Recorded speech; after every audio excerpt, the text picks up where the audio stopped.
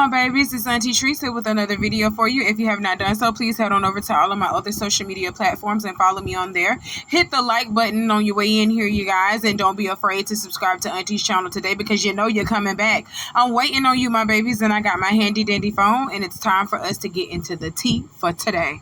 All right, my babies, this is going to be a heavy segment today, so please go ahead and grab your tissues, grab your wine, grab your weed, and we finna go ahead and get into it. This segment is dedicated to our fallen actresses, fallen entertainers, our fallen celebrities. So let's go ahead and get into it. The first person on the docket is Richard Simmons, the eccentric fitness instructor and media personality who rose to prominence in the 1980s. He died July 13th at the age of 76. He had celebrated his birthday just one day earlier. Richard moved to Los Angeles in the 1970s and opened his own fitness studio called Anatomy Asylum, later renamed Slimmons, in Beverly Hills. His studio, which focused on helping fitness newcomers gain an interest in exercise, was featured in an episode of the NBC reality series Real People, which led to dozens of other media appearances. He starred as himself in several episodes of General Hospital in the 1980s, hosted his own daytime Emmy-winning talk show, and produced more than 60 workout videos throughout his career. Kudos to you, Mr. Richard Simmons. Job well done. You can now take your final rest. And condolences to all who loved him, his family, and friends. Let's move on. Next on the docket is Dr. Ruth Westheimer, the groundbreaking sex therapist, author, and TV and radio host who imparted hilariously candid sex advice on programs like Sexually Speaking and The Dr. Ruth Show, died July 12th at the age of 96. Dr. Ruth became an overnight sensation in the 1980s when she launched her call-in radio program, Sexually Speaking, in which she answered sex and relationship-related questions from listeners. She later made the jump to television, hosting several lifetime sex advice programs, including The Dr. Ruth Show. Dr. Ruth also released her own board game, appeared in several film and television shows like Quantum Leap, and penned more than 40 books about sex and sexuality. She was inducted into the Radio Hall of Fame in 2019 and was also the subject of the 2013 play Becoming Dr. Ruth, starring Deborah Jo Rupp, and the 2019 film Ask Dr. Ruth. Kudos to you, Dr. Ruth. You did your job here. Now you can take your final rest. And condolences to her family and friends and loved ones. That's it. That's all, y'all. Let's move on. Kiki Jabbar, a cast member of Love and Marriage Huntsville, died around July 2nd at the age of 42. A cause of death was not immediately made available, but after a while, it came out that she died from carbon monoxide poison. They said that she literally went in her car and she turned her car on, and she was in the garage. So she turned her car on while she was in the garage, and that's how she passed away from carbon monoxide poison. And I do encourage y'all not to do that. Do not get in your car while you are in the garage and the garage is closed off and you turn on your car. Don't do that. Open the garage and then turn on your car. That's what you do. Okay, and I'm just now learning about this too, because I've done this. Auntie has done this. Okay, Auntie has been over to a friend's house, parked her car in the garage, and when I'm ready to go home, I turn on the car while the garage is still, closed off. And I didn't know that you could pass away from that. So they have ruled her death as an accidental death, death due to carbon monoxide poison. And condolences to her family and friends and her loved ones. Condolences to all y'all, because somebody came out, I want to say it was Kiki's cousin, came out and had some things to say about the circumstances of Kiki's death. Okay, so let's listen to this. And let me correct my last statement, guys. I thought that this was Keke Jabbar's cousin that came out and spoke out. It was not Keke Jabbar's cousin. It was actually her uncle that actually came out and spoke about this. So he actually made a post first, and then he went live saying something. So let's read what he wrote first. Ellis C. Dawson is his name, and he posted to the Moors. As a collective, the Dawsons ask that you respect our privacy during this unfathomable tragedy. We need the time and space to properly grieve our beloved Keke. With that being said, due to the contentiousness of your relationships with Keke, we ask respectfully that you refrain from showing up to any of the services pertaining to her homegoing. Those precious days are meant for loved ones of the deceased to mourn and celebrate.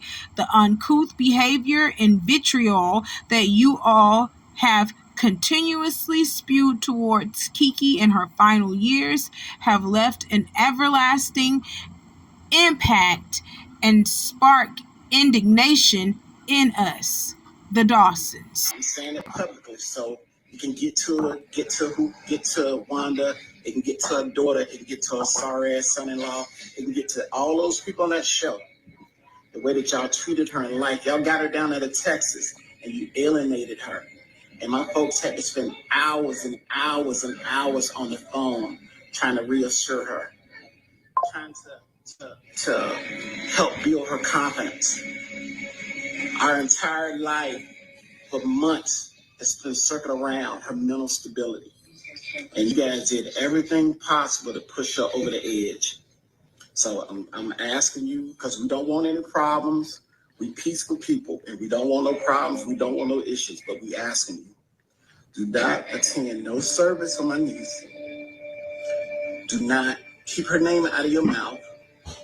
Stop going to these bloggers, feeding them information about what's going on, because you don't know what's going on. You have no clue because you're not inside the room.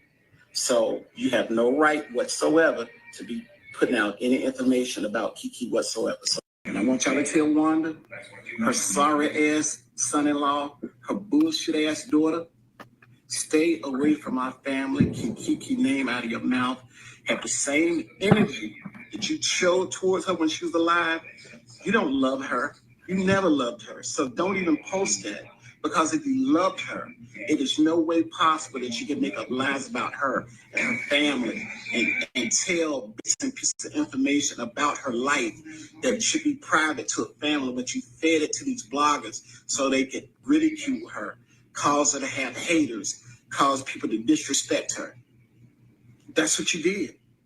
And you pushed her. You pushed her to this. So we blame you. Absolutely. We blame you. She would be here if it wasn't for that stupid ass show. So, like I said, Wanda, your sorry ass daughter, and that fake ass son-in-law of yours, and all you sorry motherfuckers that's a part of that show, please, I'm asking you, from a place of love, I'm asking you to allow us to grieve Keke in peace without your presence. So first and foremost, before I go in on this spectacle, because that's exactly what y'all ended up doing to this young lady's memory, making a spectacle of it. First and foremost, I just want to say condolences to her friends, condolences to her family. She has a husband and kids. Condolences to them, because now they have to find a way to try to move on without their mother, their wife, their sister, their cousin, their niece. There's people out here, their best friend. There's people out here that are actually mourning Keke and feeling her loss for real. You know what I'm saying? And they're not trying to make a spectacle of it. So, condolences to you all. Keke, you will be truly missed. All right. So, this actually got a lot of people talking, all right, to the point Funky Dineva actually said some things about this young lady as well. I'm not even going to address Funky Dineva. You understand what I'm saying? And all you people who still be going over to Funky Dineva and listening to him, you ought to be ashamed of yourselves that you sit up there and let that gay man tell you how you should feel as a woman. First of all, gay man and then woman, that ain't even in the same category. What are you talking about? Y'all got to wake up. What are you talking about? That's not even in the same gay man, woman. That's not even in the same category, guys. Those are two separate things. Those are two separate things and two separate beings. I don't understand why y'all still be going over there every week, every doggone day, listening to Funky Dineva degrade y'all and make you feel lesser than, and get told that you ain't the cream of the crop, you the sticky shit at the bottom of the barrel.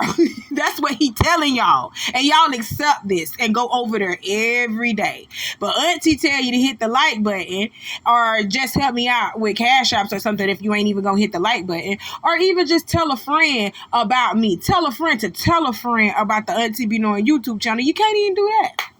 You can't do that. But you eat Funky Dineva up. I don't understand it. To affect the relationship that I do have with the people over there. But I'm finna say this, and I'm just finna say it out loud. I don't feel no ways tired about Kiki. I don't feel no ways tired. I don't feel no ways tired about any mental anguish that she experienced as a result of being on that show. And here is why. Because it's not like, oh, she was originally casted on the show and then all of this accidental stuff happened to her. No. Your cousin was on that show, minding her doggone business, doing her doggone thing. You wanted to be in the mix so bad that you were willing to even cross your cousin and go over there to the dark side. You went over there to the dark side, all right, and then you got to messing around over there, and they kicked your behind off the show after you were used and did your dirty work and your devilment. Then I guess the internet must have ate your behind alive, and it became more than you can bear. I am sorry. I have a very hard time feeling bad for people with their self-induced issues.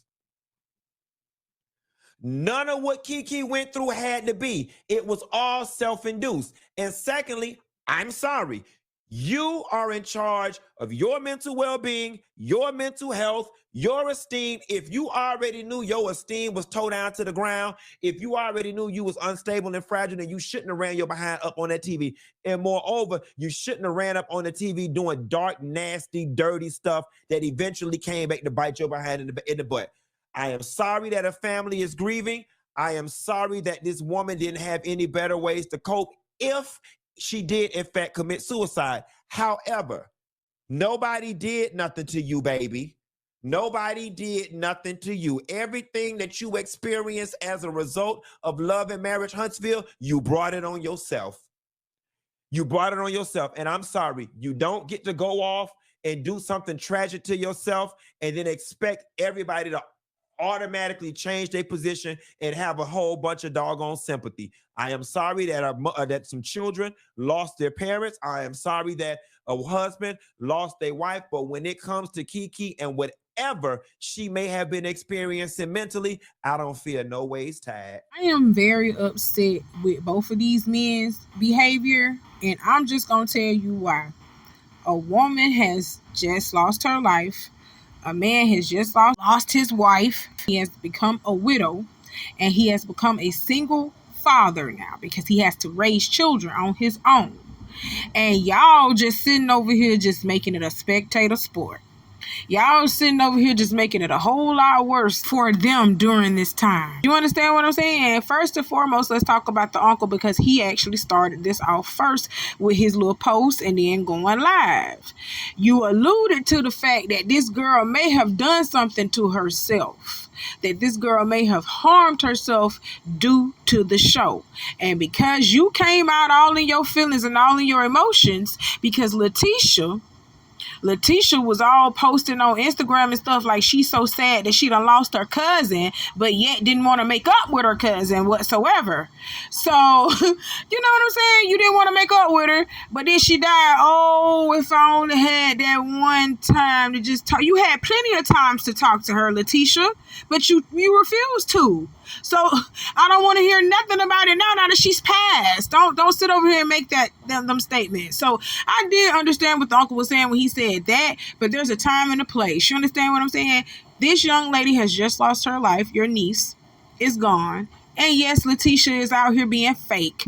But please, you didn't have to just come out here and make a whole post about it and then go live about it. You didn't have to do that. You didn't have to do that at all. If you felt some type of way about what Letitia is freaking posting on Instagram, you could have went to her in her DMs, or you could have called Letitia. Ain't y'all the same family? Ain't y'all the same family?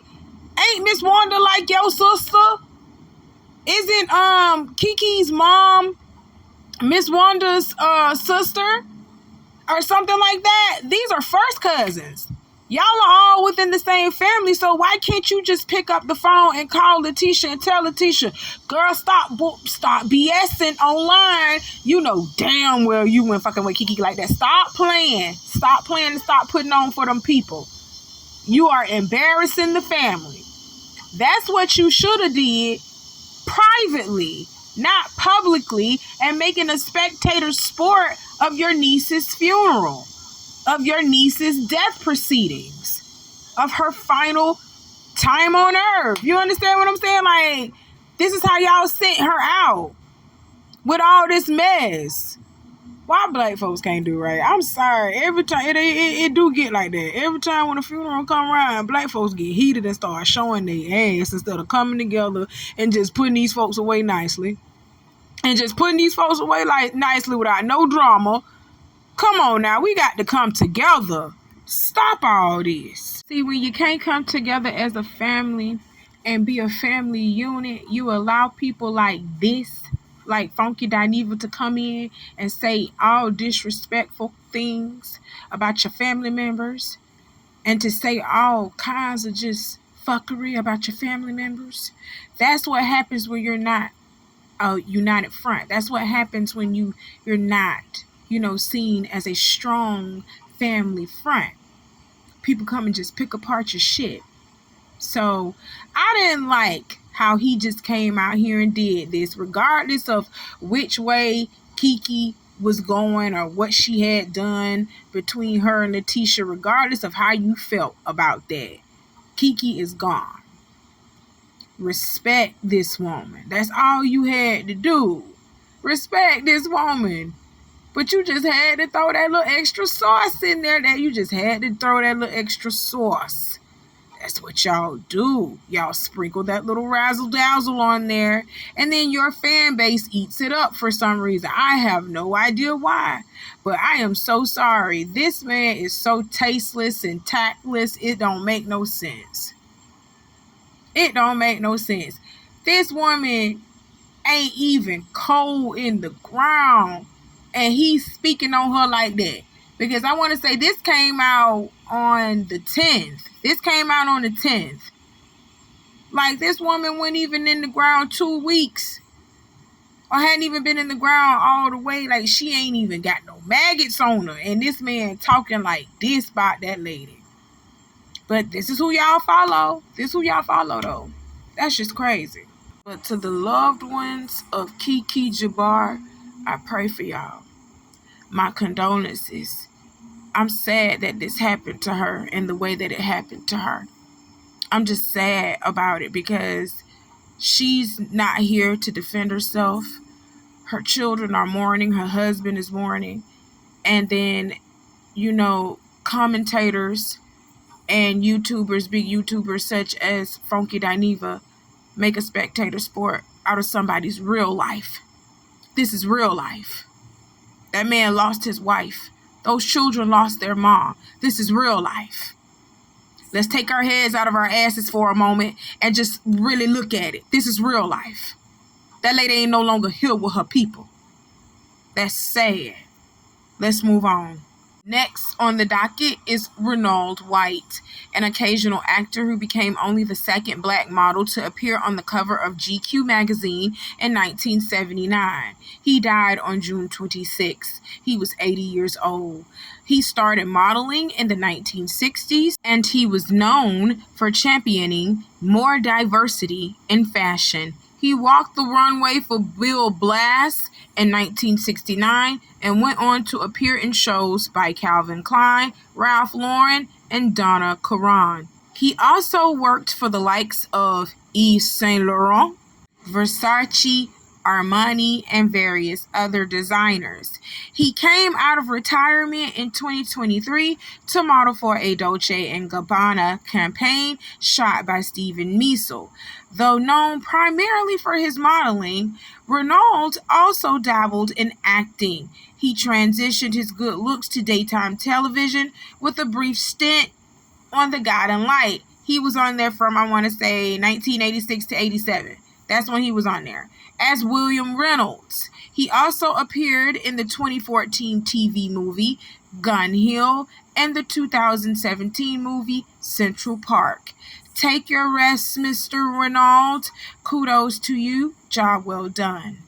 And condolences to his family and friends, y'all. Let's move on. Next on the docket is Bill Cobbs, prolific character actor who appeared in movies such as The Bodyguard, Night at the Museum, and Demolition Man, as well as on shows such as The Sopranos, I'll Fly Away, and One Life to Live. He passed away June 25th at the age of 90 years old. His publicist, Chuck I. Jones, remembered him as a phenomenal human being. The Cleveland native spent 8 years in the Air Force and also worked at a car dealership and at IBM before he began his half-century run in Hollywood. Along the way, he earned a Daytime Emmy for his work as Mr. Hendrickson on Dino Dana, a Canadian educational show for children. Well done, Mr. Cobbs. You can take your final rest. You have provided us with some fascinating movies over the years, and you've worked on some great films over the years. So thank you to his family and to his loved ones for letting him, allowing him to share his gifts with us to the world. He was a phenomenal person, indeed.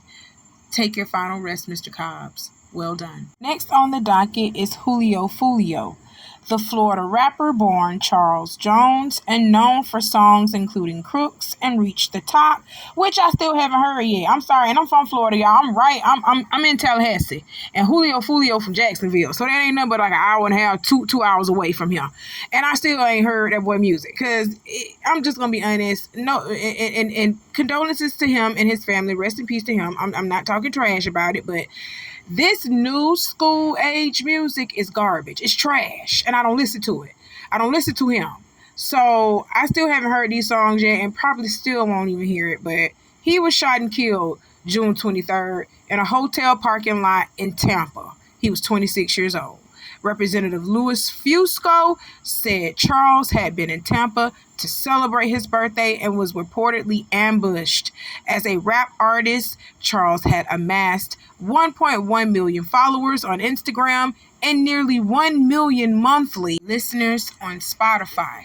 He first made waves with the release of his 2018 single, Coming Up, and continued to cultivate a following via social media platforms and a YouTube channel. His 10 albums included 2024's Resurrection. And this was pretty weird to me too, because somebody must have hacked into Julio Fulio's account and they started posting like they was him.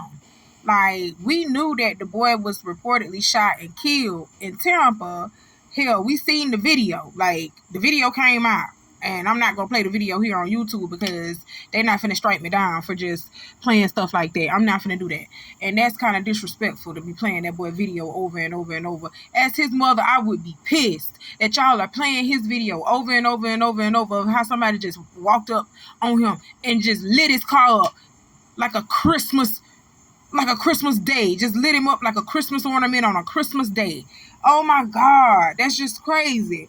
But anywho, it was weird because somebody had hacked into this little boy's account and was pretending to be him. And I was like, ew, a ghost. Where's my Bible? So we can pray this old chaotic spirit up on out of here. Go ahead and go on to the other side where you belong until it's your turn to recycle back on earth again. You hear me? So I really did feel like that was disrespectful to be showing his video over and over like that. But people said that Julio, Sir Charles, that's what we're gonna call him, Sir Charles, he wasn't a saint. And let me tell you something. If you do stupid things, you gonna get stupid things to come back to you. You get what you put out in this world. Do you understand what I'm telling you? And if you're steadily putting out violence and evil and chaotic things, just expect to have violence and evil and chaotic things enter into your life. Do you understand what I'm telling you? Just expect whatever you put out to come back to you. That's it. That's all. Condolences to Julio's family and condolences to his kids if he had any, because I don't even know if he got any kids. But god dang, 26 years old, that was a baby. Lord Jesus. Let's move on. Hey y'all, next on the docket is Donald Sutherland. I was telling my age with Richard Simmons. I was telling my age with Richard Simmons, but I'm really telling my age with Donald Sutherland, guys. Donald Sutherland, the venerated Canadian actor whose career spans 7 decades, has died at the age of 88. I ain't gonna lie, folks. I thought that Mr. Donald Sutherland was from America, but he is from Canada, folks. Oh my God. They are not like us. They are not like us. Oh my God. He came over here cosplaying being American, and you a whole Canadian. Oh my God, Jesus. But anyway, he gave us some good movies too. You understand what I'm saying? So let's talk about him. He was born July 17th, 1935 in St. John, Canada, and he began his acting career with small, unnamed roles in British television before landing small parts in low-budget horror films, including 1964's Castle of the Living Dead and 1965's Dr. Terra's House of Horrors. His breakout role was in Robert Aldrich's The Dirty Dozen, and he achieved further success as Hawkeye Pierce in Robert Altman's 1970 war comedy MASH. He went on to star in hits such as Don't Look Now, Animal House, Invasion of the Body Snatchers, JFK, 6 Degrees of Separation, The Italian Job, and Pride and Prejudice. He also played the Hunger Games series antagonist President Snow across the franchise's original 4 films. While Donald was never nominated for a competitive Oscar, the Academy of Motion Picture Arts and Sciences honored him with an honorary statuette at the 2017 Governor's Awards.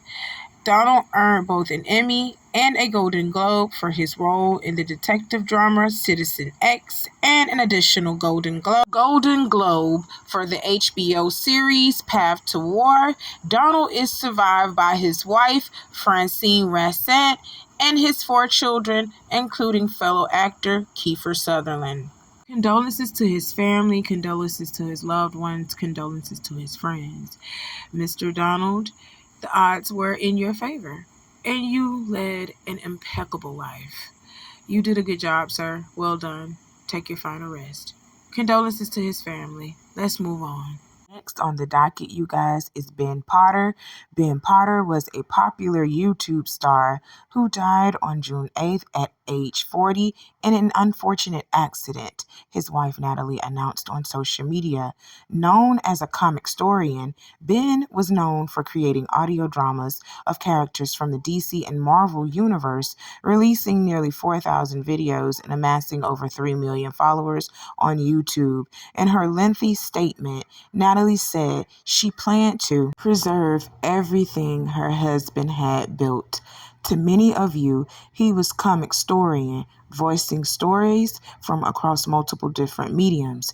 To his loved ones, he was one of the best and most supportive individuals anyone could ask for. Natalie wrote of her husband, whom she called our rock and my world. As a husband, a son, a brother, a friend, or even a stranger, Ben was loving and genuine. I'm so sorry about this. Oh my God. Yeah, they said it was an accident. I don't know what accident it was, but I wanted to honor him because he is a popular YouTubian out here in these YouTube streets. I did not follow him, so I don't know, what his page and channel consists of. I'm really scared to play any of his channel, like the contents of his channel on mine, because YouTube will say that I am copying his stuff, and then they're going to try to strike me down to the ground, even though I'm just using it for educational purposes to let y'all know who this person is.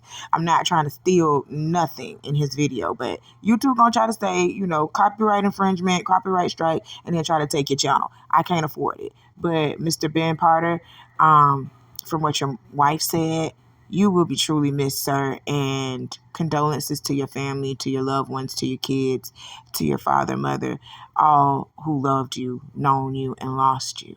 Condolences. Now let's move on. All right, y'all. Next on the docket is Brother Marquise, the rapper known for being a core member of the controversial Miami hip-hop group 2 Live Crew, died June 3rd at the age of 57. Born Mark Ross in Rochester, New York, he moved to California as a teenager and formed the duo Caution Crew. Mark gained notoriety for his rap battle talents, catching the attention of DJ Mr. Mix, who invited him to join 2 Live Crew in Miami alongside Fresh Kid Ice and Luke, then known as Luke Skywalker. 2 Live Crew gained both acclaim and infamy for their sexually explicit lyrics on such albums as 1986's The 2 Live Crew Is What We Are, 1988's Moving Something, and 1989's As Nasty As They Wanna Be. Mark also pursued a number of projects beyond 2 Live Crew. In 1993, he formed Too Nasty with DJ Toon, which released the album Indecent Exposure. He also featured on the song 99 Problems on Ice-T's Home Invasion. Ice-T credits Mark with penning the lyric, I got 99 problems but a bitch ain't one, which was further popularized by Jay-Z's 2003 hit of the same title. Oh my God. Now, this is a pioneer of hip-hop. This is one of the pioneers of hip-hop. I don't know what these Mexicans and these Puerto Ricans, these Jamaicans, I don't know where y'all coming from out of the woodworks talking about, oh, y'all created hip-hop as well, when that is the furthest thing from the truth. That is the furthest thing from the truth. Don't y'all let these people sit up here and tell you that hip-hop was originated in Jamaica. Sorry, Busta Rhymes. I'm going to bust your bubble. Stop playing with me. You sitting over here talking about hip-hop was originated in Jamaica. It certainly was not. If hip-hop was originated in Jamaica, why aren't the Jamaicans doing hip-hop primarily? Why isn't hip-hop being celebrated primarily in Jamaica? What's Jamaica's music? Reggae. Stop playing. Y'all need... Oh, God. Buster, sit down. Sit down. Sit down. Now you got the Puerto Ricans saying, oh, I did this. And the Mexicans saying, oh, I snapped pictures of the first earlier days in hip hop. You snapped pictures, my nigga. You didn't do nothing. You didn't contribute nothing else. All you did was document what was going on. So you pretty much was a snitch in the community. Stop playing with me. I'm not finna sit over here and let these people sit over here and tell me where hip hop came from. I know where it came from. It actually originally came from the South.